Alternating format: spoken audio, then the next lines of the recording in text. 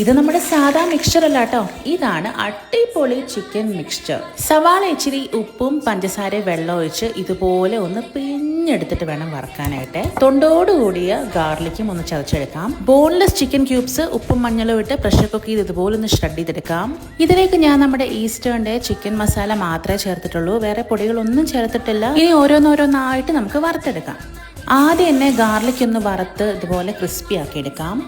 സവാളയും അതുപോലെ ഒന്ന് വറുത്തെടുക്കാം. നല്ല ഗോൾഡൻ ഷെയ്ഡായി ക്രിസ്പി ആയി വരണം. അതേപോലെ തന്നെ വറ്റൽമുളക്, കറിവേപ്പില, പൊട്ടുകടല, കടല ഇതെല്ലാം ഒന്ന് ഫ്രൈ ചെയ്യാം. അവസാനം നമ്മുടെ മെയിൻ ഐറ്റം ചിക്കനും കൂടെ ചേർത്ത് നല്ല അടിപൊളിയായിട്ട് ഇതുപോലെ ഗോൾഡൻ ഷെയ്ഡിൽ വറുത്തെടുക്കാം. ഇപ്പൊ തന്നെ നല്ലൊരു പെർഫെക്റ്റ് സ്മെല്ലും കളറും ആണ്.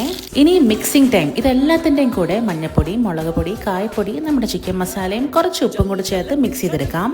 പെർഫെക്റ്റ് ടേസ്റ്റ് ആയിരുന്നു. Must try item.